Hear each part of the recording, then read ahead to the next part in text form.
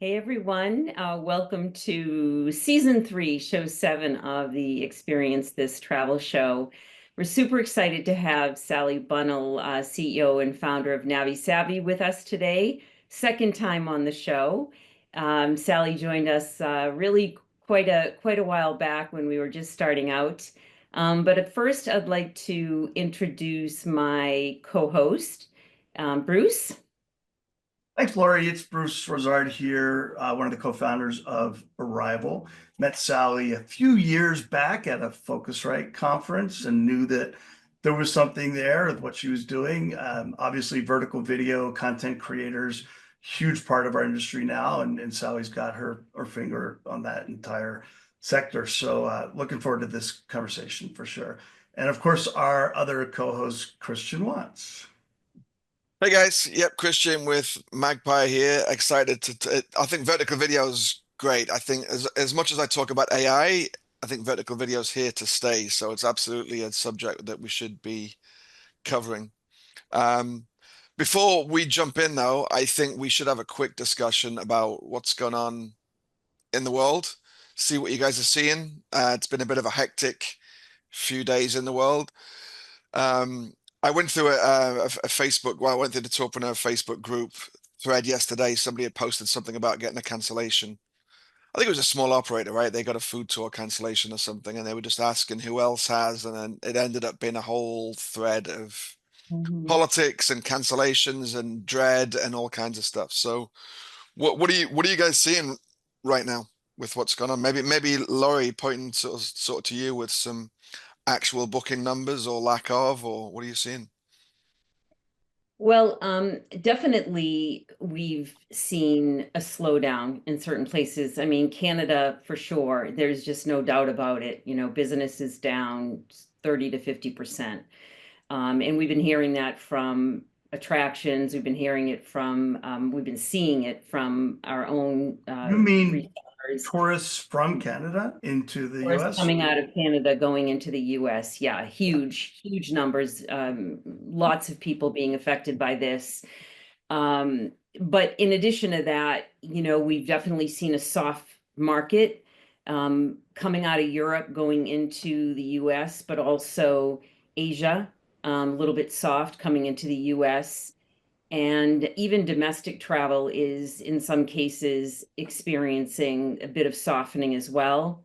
I can say that some of that is down to Easter phasing because Easter is 3 weeks later this year, and we always get, you know, lots of European travelers travel during Easter. So I'm happy to say that I'm starting to see some green shoots coming through, where it shows me that Easter has a lot to do with this.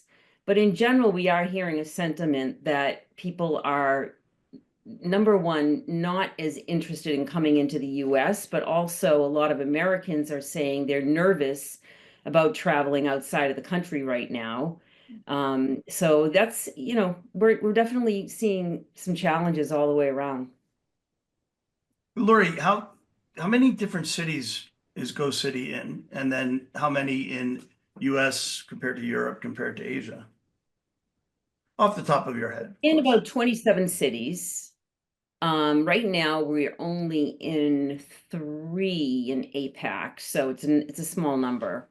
But we work with a lot of resellers out of Asia, so we talk to them all the time.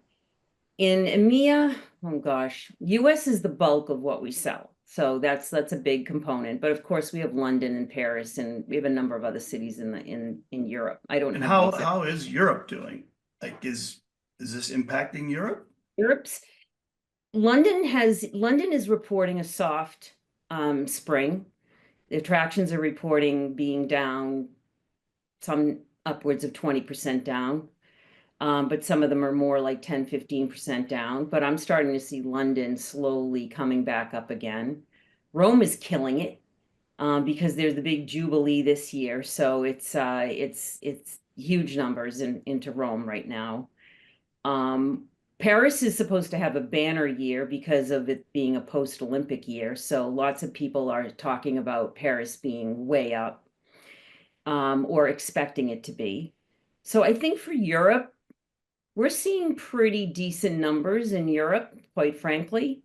Yeah, I would say that Europe's pretty healthy at this point. And London is a little bit of a question mark in terms of where it's going to end up, but it's, it sort of started off, but over the last week I see that changing a little bit too, for the better. Yep. So The weather's good here, so that should entice people. I heard it's like sunny and not raining, and Yeah, yeah. it's telling Weather's me. better here than in most of the states right now, friends I talk to. So I'm not complaining, but we're definitely just on a side. I live right off Portobello Road, and it's the tourists are coming now. I've started to see kind of a little bit of an influx when over the St. Patty's Day and that kind of weekend there. But Easter being late, I think definitely has affected a lot of that. My friends' travels, especially.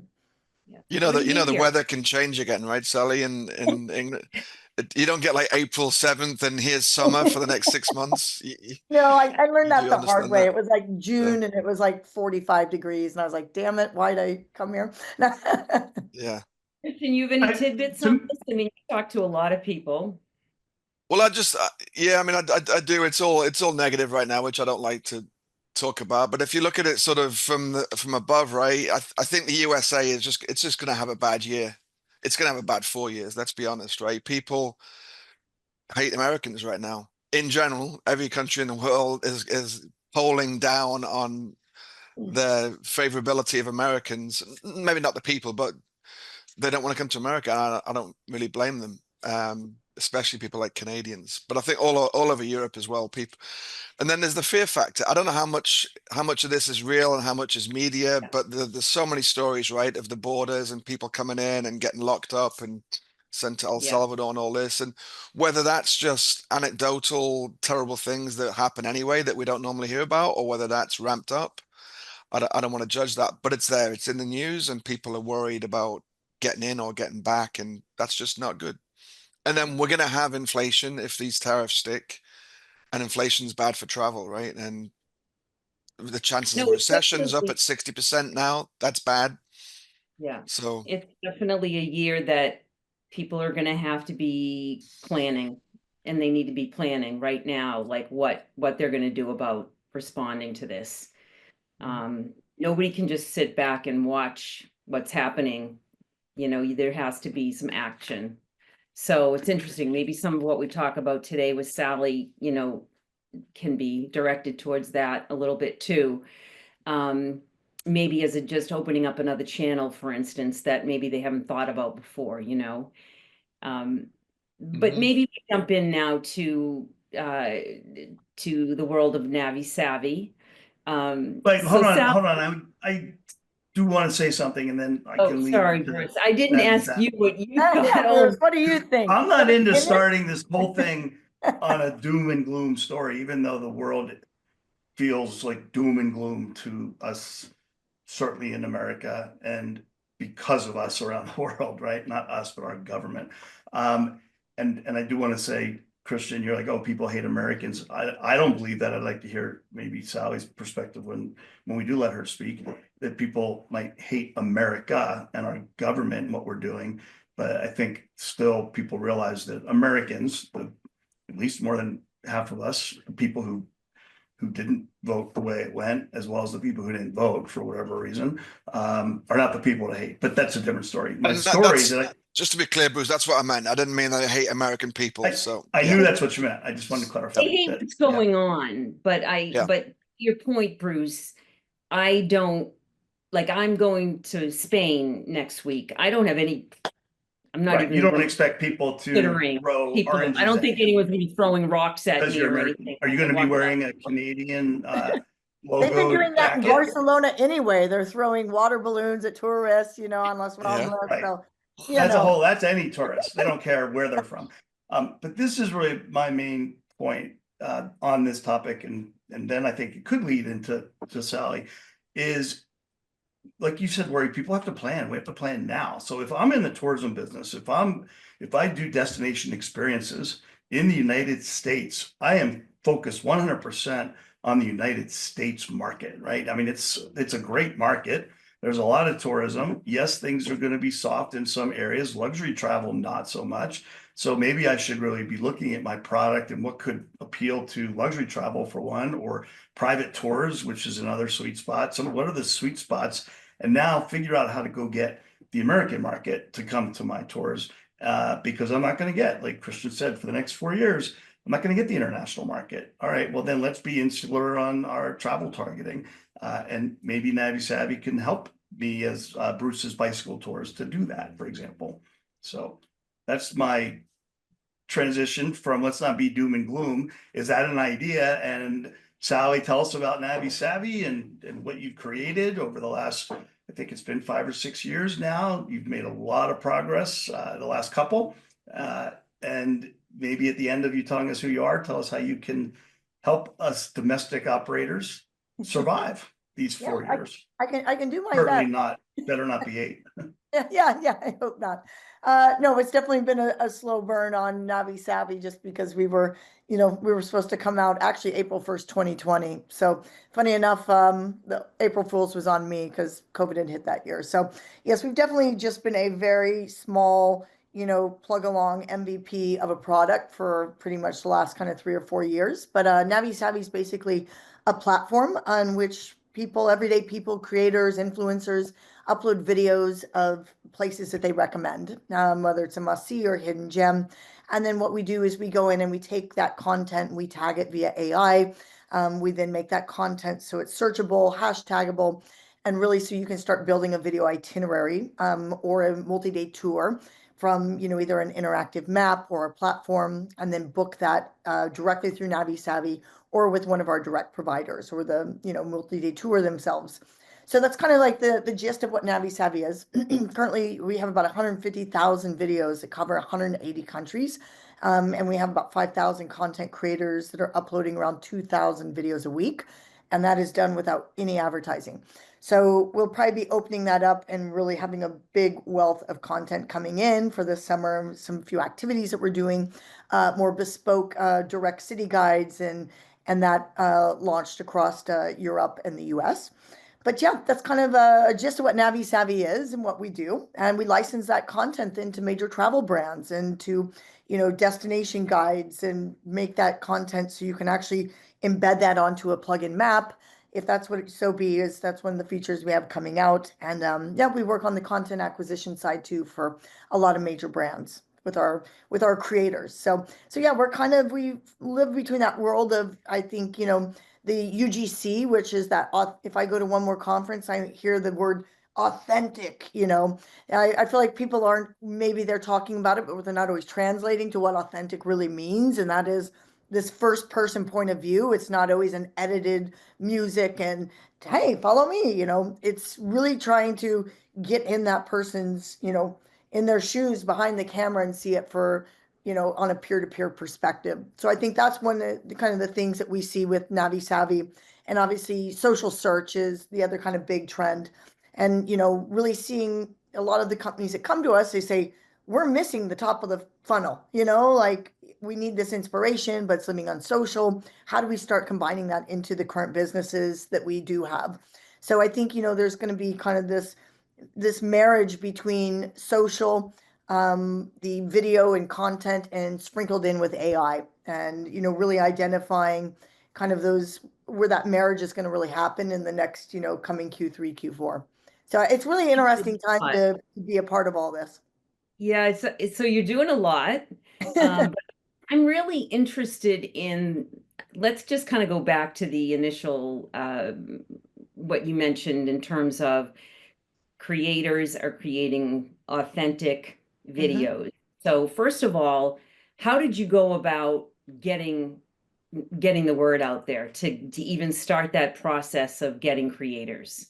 Yep. So that process, I mean, that didn't happen overnight by any means, but during the pandemic, I basically was on every Zoom, meeting and thing that you could do while you sat at home. And I was pitching NaviSavi. And I said to these creators, I said, you're sitting on content that you've already posted, can no longer monetize, and you're not traveling. why not upload it to our platform? So it was really kind of, we got that first content push from a lot of those influencers that had 1 million followers and have really kind of stayed with us through this whole process. And then it's really become kind of a word of mouth of NaviSavi, just through conferences, attendances, and things that we do. We really do kind of still work in that creator field, but we're also seeing a big push, with working with tourism boards, in which we're really what we call is a circular digital economy. And that's really focusing on locals and targeting locals to upload that content, since they know the hidden gems the best, and intertwining that and really putting those tourism dollars back in with those local communities. The tourism boards were sending people out on fam trips and covering this, because it's, I see it as different ways. There is creators and there's influencers, and they all have their own, line of what you need, whether it's something promoted or if it's just the content.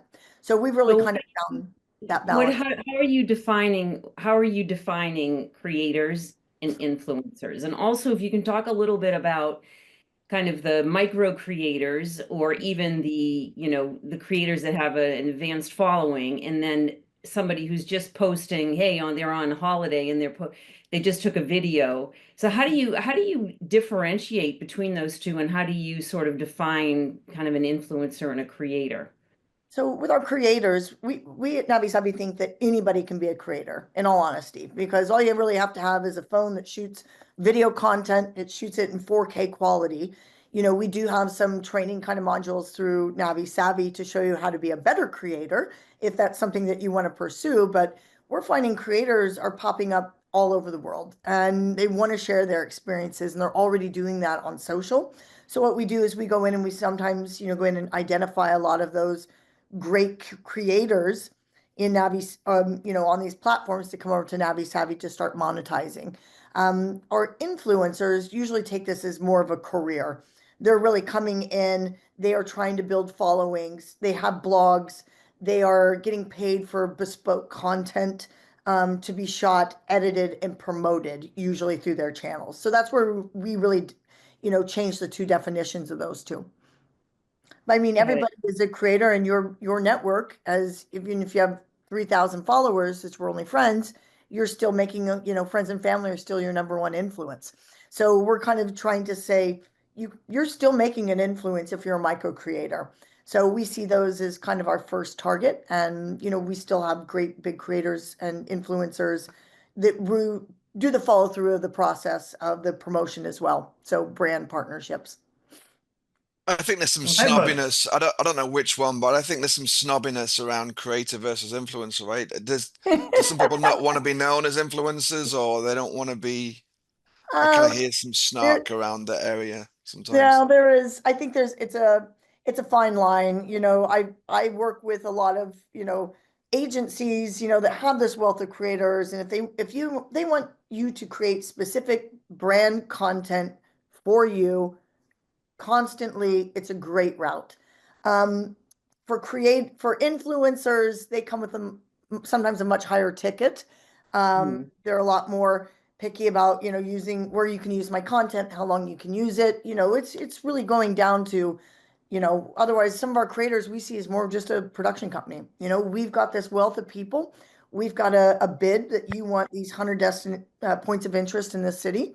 We send out, people and creators, and the great part, what we do is we basically filter all that content. So you're not getting flooded with 3,000 videos and then have to negotiate and do all the tick marks of, can I license this from you? That's what our platform really does, is crowdsource that and go through and almost, we kind of, we basically curate that for you on a platter through our content licensing platform. So you're not having to do a lot of that individually with influencers. And a lot of, we see a lot of tourism boards, if it's under, X amount of dollars, they don't have to bid it out. So a lot of times there's paying individual creators, but if they can come to one network and work with 40 of them all through one, billing, that's a benefit to them. So your creators, how do they get paid? And also, how do you determine? So if I'm a creator and I'm just hey, I'm a dude on the street that's really good with shooting video, whatever. How do I get paid? How do I know that what I shot is gonna get me paid? And how do you determine what's good and what's not good? Well, we do get this question quite a bit. So basically, for every video, you have to show, it's a must say or hidden gem. Why would this be useful to a traveler as a video? You're not just going to get to walk by and show the same stuff that Google Maps shows you. So we're really here to show you participating or someone engaging in that experience. So that's really kind of what we're here to highlight. So with that, our content, we do have some very basic ground rules of you have to be participating or showing someone participating. If you're showing a restaurant, it can't just be you walking in and recording a video like this. We want you to be experiencing something. So a lot of our content, out of all the videos that we have about 150,000 videos, and I think we've only denied about 5%. So it's really just a learning curve of, what we want and what we approve, because people don't want to upload this content. So we actually pay you upfront for every video that we approve. And then what we do is then when we license that content, you start getting a residual on all that content. So it has nothing to do with the bookability side of things. So you're not there having to promote it and do all this work yourself. You just have to shoot great content. And so we see people making almost $500 to $2,000 a month from NaviSavi. It's crazy. And they're seeing it as a secondary income stream. And, they're just making money from their camera roll. So, we see a lot of influencers or young travel creators that want to be big influencers, but they're spending money on going to conferences and trying to build a following. And the ratio of time, effort for cost is much more effective with NaviSavi. So just uploading your camera roll, you can make about $100 an hour if you think of it in that way. And that's what we're saying is, and then once it's uploaded, if you're shooting great content, it really encourages us to have better, creators uploading content because their content's the first to get picked. So if it's useful for our community just within travel, that's one thing. And then if we know that it can be highlighted within NaviSavi as excellent content, that's really going to be, we have kind of a highlight reel that comes out, the newest trending clips. So we have those kind of, think of us as Shutterstock for vertical travel videos that are, all geolocated. And it's not just Italian beach, of anywhere. This is a specific beach of this place that you can go to, and here's information on how to do it. So Let me chime in. you- I just, I've been Sorry. quiet and I have like 3 or 4 things I'd like to ask kind of in rapid fire. So I'll just ask. And you mentioned $100 an hour that some of your creators make. Out of how many creators you said 5,000? How many are making $100 an hour ballpark? It depends. That's a lot. Like if I could just shoot. Yeah, so they're making that from their camera roll. They're making that either a local person that's traveling around. If they upload content for an hour from their camera roll, that's usually what on average they're making. So it's really content you're either sitting on, or if we have people that are constantly, a lot of them are digital nomads. So they're constantly doing something new, whether it's in Cape Town, they're there for a month, or a new destination. They're constantly doing new activities and uploading that content. So they kind of collect what they did over the weekend, do a big post of all this content, an extra $100. But how many, there are 5,000 can actually have a job where they're making $100 an hour? Or are you saying like it's $100 here, $100 there? Yeah, it's $100 here, $100 there. And Okay. those who are very consistent with it, that's So I what can't quit my job and come just shoot and put it on NaviSavi probably. you could, but I think You're really good, Bruce. yeah, come on, Bruce. I've seen your videos, No.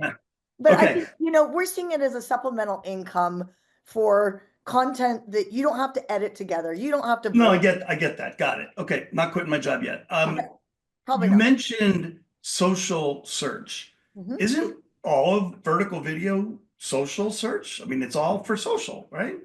So it started out that way, obviously. And what I think is, vertical video, well, I should say, because you can use YouTube, which was a longer form content, in which you were basically going to see, they now have the shorts, but they also have the longer form. And now they had broadcast live content, for Instagram. And so there's different types of video that's kind of coming in different formats.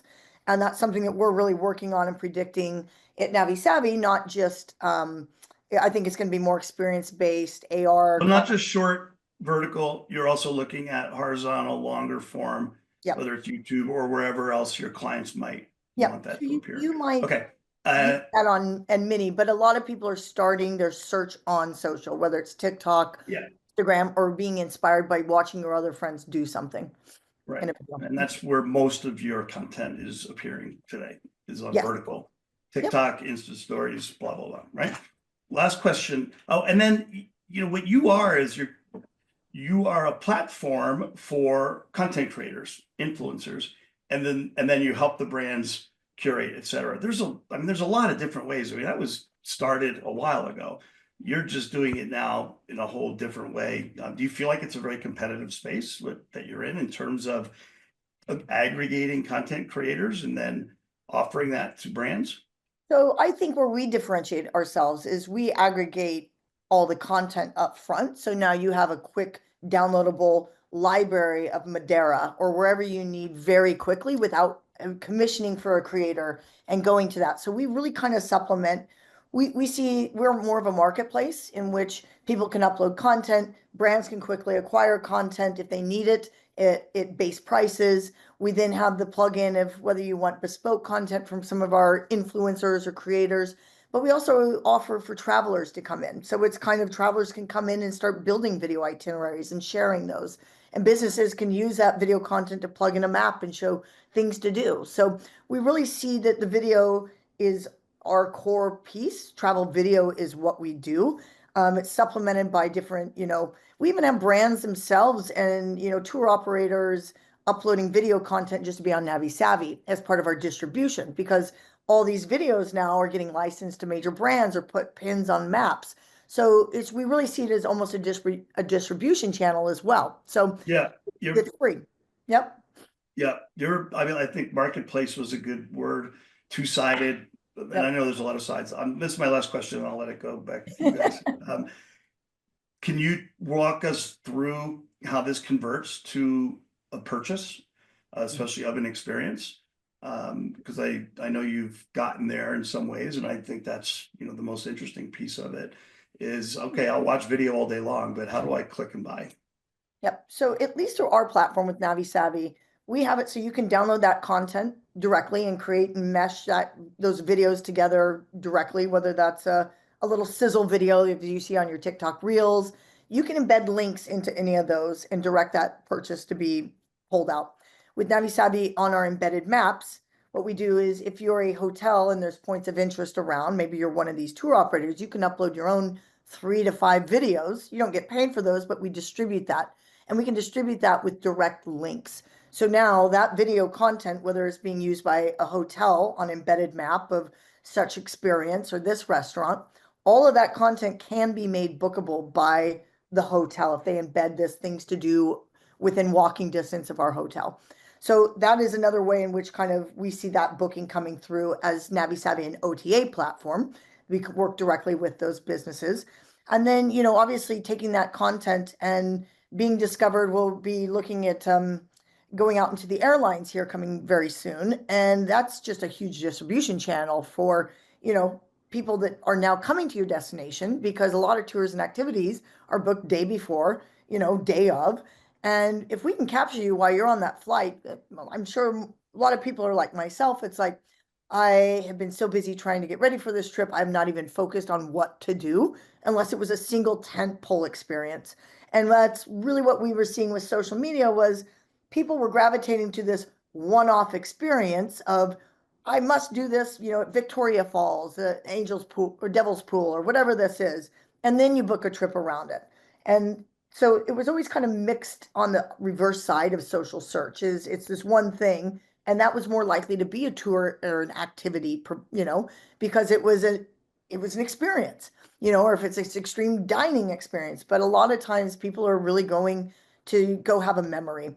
And so that's what we're seeing was the quickest conversion was actually in the experience providers for social media.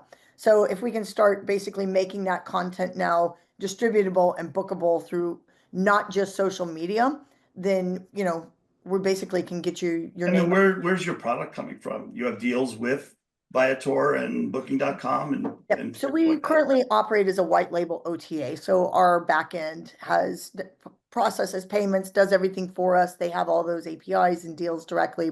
And then as we expand at NaviSavi, we're continually bring in new APIs based on the upcoming distribution that we have planned, whether it's TV or airlines or whatnot.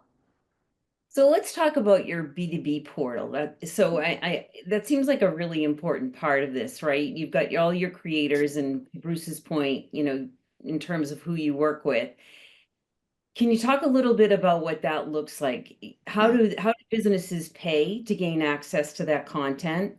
What type of payment plans are there? And then maybe give us an example of what type of businesses are accessing the content. Yep. That would be, I think, Absolutely. interesting. So imagine it's no different than Shutterstock. So you can come in and you can actually, on our platform, it's NaviSavi Travel, which is all one word. NaviSavi Travel, that's basically an entire platform that has a map where you can search videos. You can search by destination, keyword, or both.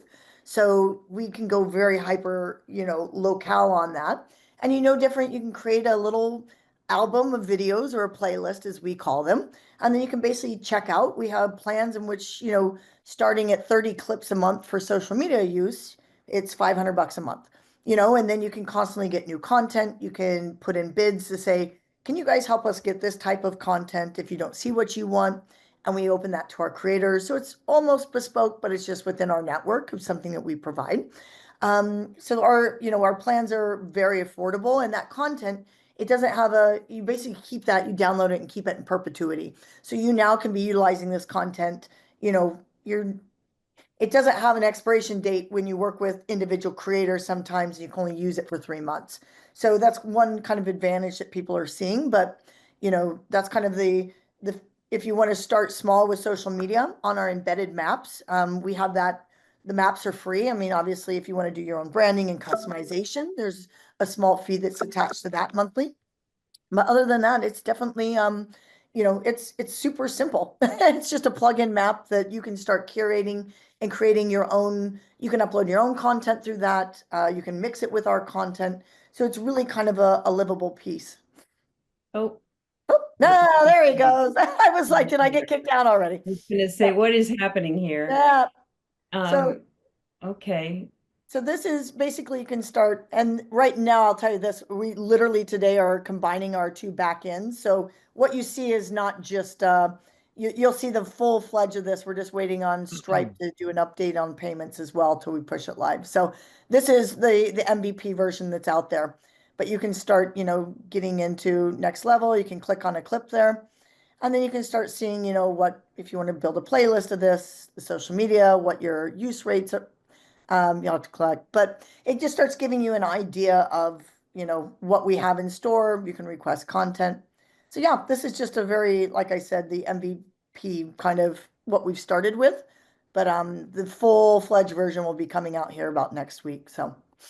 And what percentage of businesses are repeat customers, or like going back and they have a subscription maybe that they pay on a monthly basis, or just give us an idea of, is this kind of the thing where once you get in, you're hooked and you're going to be using it over and over again, or kind of a one-off thing? And What we found is most of our best customers are brands that operate in destinations worldwide. So, one of our biggest clients is TUI, for instance. So, they're constantly promoting new destinations or packages or this or that. So they love us. They started at 30 videos a month. I think they're up to 120 a month, and so they basically, were one of our first clients that we worked with, very closely, and said, how do we shape this to benefit you? And, before the platform even launched, I think we're almost up to 20 clients right now. And we were really kind of working with them, hand holding them through that process. And once this is full-fledged here in the next week, our sales teams are, and our plugin map, we have a wait list already for that. So we've got a lot of things that are going to be coming out, and it's really about visualizing the trip. And, that's really what we're trying to, making that content so it's not just on social, and then there's a booking platform that you can kind of live that and marry that in between. So, and a lot of brands love that the same content that they're seeing on social follows them through to the entire customer journey. So some of our, a multi-day tour operator, I can't say who yet, but basically we're working with them. So then their participants that are actually on that tour now can start uploading content to feed more content for them for social media. So, we work in multiple different ways, whether that's via QR code on all their tours. So now we want to see your experience. Upload here to NaviSavi, get paid. We filter through all of it, and we keep searching you up. Is this content cycle that you need content because it's getting consumed like this? And if you're not posting regularly and refresh, so that's what we Christian, really are coming in and helping do. seeing more bookable content these days, videos where you can just kind of click to make a booking. Are you starting to see that, Christian, more and more? Or I know we talked about it, Instagram is a little bit happening. Obviously, it does on TikTok, but YouTube maybe to some degree. So I guess how is that evolving at this point? I always think of do you guys know Tim Hughes, Agoda? So Agoda is part of Booking for Asia, I think everyone knows. Mhm. And he's always on top of this stuff, and he always gets asked on stage what's going on with vertical video, because obviously Asia's years ahead on vertical video. And and he's very blunt, which is why he's good to talk to. He just said it doesn't convert. We've tried this, that, everything, it doesn't convert. It's great, top of funnel, but it may never convert, right, directly. I'm not saying none of it, but it's Mhm. possible that we'll never get the attribution from video to booking, which is okay but it's hard to track that as. So you do need a method to track the A to Yeah, B. conversion's different than attribution, right? You just flip that a little bit. I'd love to hear Sally dispute what Tim had to say. Well, I think in the sense of which content is being used to be booked right now, your experience right now is social media, and this is the inspiration, and you're taken out of social media to a whole nother process. Instead of, well, I think the future of what this is going to be, it is going to be a new type of platform and you are focused only on travel, and that your inspiration can come in from anywhere, and that might be video, but I think it's basically content in a community sprinkled with AI. And I always say content is king, and your community is your queen, and AI is the matchmaker. And I think it's going to start being these new kind of super app platforms similar to a Mind Trip and similar to what NaviSavi is going to be releasing, in which it basically that whole connected process happens in one platform for travel specific. And if TikTok wants to take that and just make it specific only for travel, but you can save things here, but you're still doing different processes along the way. And if we can lead with content first of these elements, it has to be a community, and the content involved, it's only travel. And I really think that because, it's not just a video OTA or an OTA that now has AI that wants to put in some videos. It's really going to have to be a super package. And I think that's where you're going to see the real conversion. Is the 30-second video enough to want somebody to book something? Like, I guess that's what I would ask, is because I mean, I see why it's top of funnel, right? But I wonder, is a 30-second video enough to make someone go, oh, yeah, I'm gonna book that. So what the attention span used to be was 7 seconds. It's now 3 seconds. So, yeah, it's crazy. And if you see something, it's part of a community of someone that you trust or people that you feel, that you've already know who they are as travelers. It makes it that much quicker in the process. And what we do at NaviSavi, you have one video of that, but if you continually want to see more, there's other clips of that place. So you can start getting different points of view, different, seasons in which that same clip was there. So, I think there's going to be, yeah, I think it's going to be more immersive as it comes in, but I think that's definitely the starting point to get you into, enough that instead of reading a review, what if you didn't have to know who, this person's point of view and you could just see it for yourself, apples to apples, and have the same experience. So I think that's what it's really going to be turning into, is a time saver for a lot of people. So we just have a few more minutes left, and sometimes we like to do a speed round. So I'll start with you. Well, actually, I'm going to start with Christian, I think. So Christian, what do you think the game changer is going to be in this space in the next couple years? What's the game changer going to be where it's something's just going to be a dramatic shift in how people are using vertical video and potentially converting? Um, can I answer my own question first? I didn't like the question.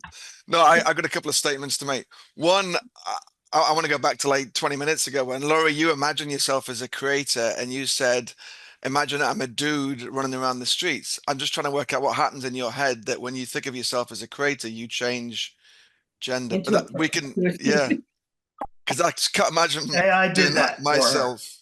She had AI did AI that. did that. She has her own personal agent, which you've been talking about for at least a And it's year. a dude. And Yeah. she's got an You agent know, who says, you gotta remember that I turn me into am a dude. So the next surrounded time I by go 20 hiking, I'm gonna somethings, go to the okay? top of the mountain in 2 minutes. Anyway, that was just a statement. Maybe a question, but a statement.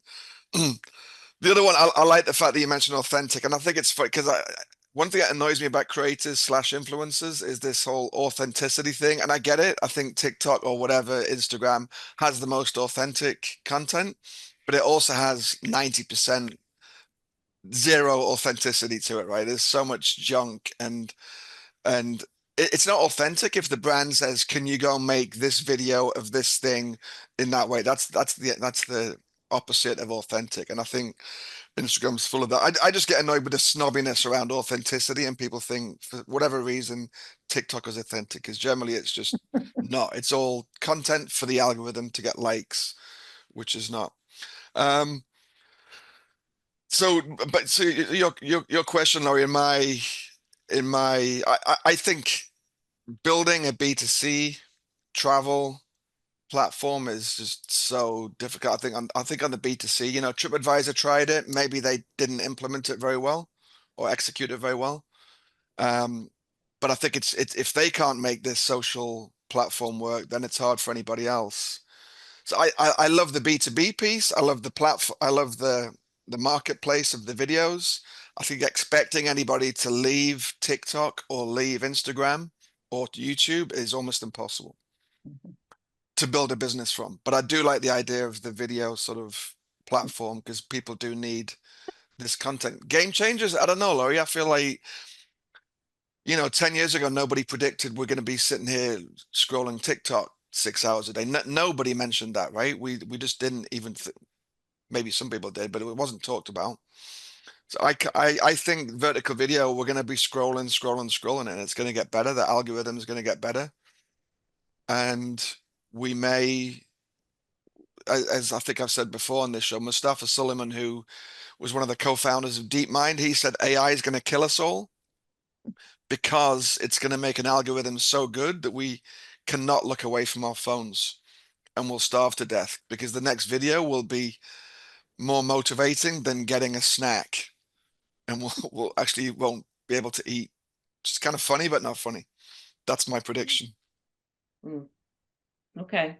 Bruce, how about you? Um, definitely agree that chasing B2C is a losing game, obviously. And I know you said there is some B2C in what you're doing, right, Sally, with NaviSavi. I think it's a good testing ground and good for that. But certainly, hopefully not your business model. But when you look at OTAs, for example, you mentioned TripAdvisor, i.e. Viator in our world, or Expedia, Booking. I do have a question about your TUI deal, but that's separate. Most of them still don't have vertical, right, on the OTA sites. So that to me is the huge advantage is how do you make deals with those folks? Sounds like you already got one with TUI, which I don't know how big they are, but certainly top 3 or 4 travel brands in the world with everything they do. So congratulations, that's fantastic. But I think that's the opportunity. You're talking about airlines next. I know you were telling me back at WTM about your deal you're working on with airlines, super exciting. So that if you can provide NaviSavi with the B2B element to anyone who can distribute product, whether it's experiences, hotels, whatever, that's the play. And the fact that they're not doing video today is just, that gives you so much green space to go after. And I know you're going to nail it because you are who you are. So we'll talk again in 6 months? How long is it going to take you until? Oh, it's not gonna take that long, but you know, I'm gonna be in Nebraska, so I might drive out and come see you, Bruce, so. Okay, that's close Yeah. enough. Just a quick question on TUI. You're doing something with them. We talked about conversion. So is all the product that you might find in that channel going to be purchased through TUI Musement? So right now, our TUI deals merely a lot more social media focused. Some of the other clients that we have coming in is a lot more embedding and putting this type of video content within their platforms, because a lot of these OTAs they can't restructure completely, so it's really bringing this video content, which is almost that lead gen directly from a social into their platform with the exact same video.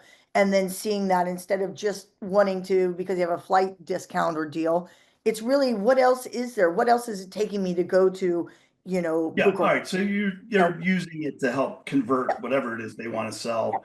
Yep. To example, you're not plugged into their content today, whatever. I'll just throw out another example. I don't know if either of you, Christian or Sally, know about Videorio that Tony's doing, Tony Karn, which is in the same area, right? Is that a partnership potential for you? How do you describe what Videorio is Yeah, doing? I mean, I've met before many times, great guy. I think what they started out was kind of this map for businesses, but it then went very creator led. And, the biggest advantage and moat that NaviSavi has is our content library. There's definitely other businesses that are coming into this video marriage space, whether it's licensing content, whether it's this. NaviSavi has the largest library of any of them of vertical travel videos. I mean, at 150,000, I go to some of the competitors and they say, we have 25,000, we have 60,000. Said we could be at 1 million in 2 weeks if we really needed to be. So, we know that we're leading that space, and that's part of what a big plan that we have for this summer coming. But it's all welcome, competition, because there's more than one OTA. There's different people that are going to focus on different things at different price points. And so we're kind of here as travel video is our leader. And for right now, it is vertical. We just see that as the tip of the iceberg. We see all things video content is being part of the NaviSavi travel journey. And whether that's through the NaviSavi TV network and whatever that we see coming in, it's funny, YouTube goes to shorts and TikTok goes to long form. You can't keep up any day, as they're constantly adjusting and fighting what that might be. So we're really here to kind of become that hub of where you can find what you want to get when it comes to anything travel video content related. So, I So what's the game welcome. changer, Sally? What's the game changer that you see ahead? Yes, I think at least in kind of what we're seeing in our trends is travel is not just a transaction, but travel is an emotion. And if we can start marrying up your likes and emotions with your video content that overlaps, I think there's going to be a whole new exploration in how people are getting served video content to match who they are and what the personal journey that they want to go on is part of their travels. So I see it coming in from almost a vibe, and where that intersection is of who you are as a person and the content that you're consuming, and where that intersects in travel. So that's So something I then really think you'll have to take advantage of somebody's algorithm out there to gain all that. we got something coming. I'm excited. What's your answer to that, Laurie? To your own Well, question? I guess first of all, I think one game changer would be if OTAs could actually accept video. Let's start there. I Yep. mean, honestly, it is amazing to me that still to this day, some of the bigger OTAs can't even accept video on their websites. So I mean, I would like to see myself, if I'm going on to an OTA site, as I'm scrolling through various activities, attractions, experience, as soon as I hit that listing, I should have a video that pops up that I can actually see what's happening at this observatory or whatever the case might be. These images that are static, they're not really that interesting. And I think that if you want to be able to sell that stuff, you got to have good content and it has to be relevant to the people that are looking at it. And to me, that would be a game changer, at least for the OTAs in any case. It's crazy that nobody's sort of led with that. And I know Viator announced something, or they said something's coming, but I know at Arrival that Douglas has asked them every year for years For years, when it's yeah. going to And happen, they, oh yeah, it's coming, or yeah. yeah. Amazing. They're all Talk trying about to OTAs, then what about like multi-day tour operators? I know you work with a few, Sally. Like if I'm Yeah. going to go, because I'm going to Africa Mm-hmm. in mid-May, and luckily I think I know someone who's going to be our personal tour guide. A guy I met from Unarrival, Christian, New Press. You remember New Press from Yeah. Namibia? Yeah. He's so excited. But let's say I didn't have a personal tour guide. What can we do? There's so much that we can do, but I want to see some video. And I don't want to see 30-second short vertical videos, right? I want to really see what I can do. So if I'm buying a multi-day tour from one of the tour operators down there or a safari, video would close the deal, right? So That what we're should be- doing right now be is on your confirmation page. Honestly, that should be individual your itineraries. confirmation. Oops, sorry, Lori. No. Go ahead. Sorry. I know, I'm sorry. I was just going to say that should be something that, you get your confirmation and you just immediately open up a video that gets you super excited about what you're about to see, right? To me, that's like a no-brainer. But anyway, I know we're out of time. Well, Sally had one Okay. other thing she was going to add. Let's give her the Oh, last sorry, word. I Sally, was go just ahead. going to say to that, what we're seeing right now with multi-day tour operators is engaging that instead of your regular map that you're embedding on every page that shows where you go 2 days, 2 nights, we're turning those into day-by-day itineraries through video content. So you're now visualizing that exact same tour instead of 5 paragraphs, 10 pictures of you and the entire group like this outside of a van. We're really immersing you in that exact experience as you can have it. And that's where we're going to be seeing a huge, I think, leap forward for multi-day tour operators, and something that's definitely on our roadmap. So, And I have to say that I think multi-day, that's 100% where you're going to see it first. yep. I really believe that. Some of these companies that are just really good at this stuff, they're going to be the ones that are gonna probably come out with that before the regular. They can call me as well, and I can do it for them in about 5 minutes. So, There you go. We should end on that note. All right. Well, thanks everybody for joining us, and thanks Sally for joining us as well. And we'll see you next time. yeah, good to see everyone. Thanks for having me on. Thanks, guys.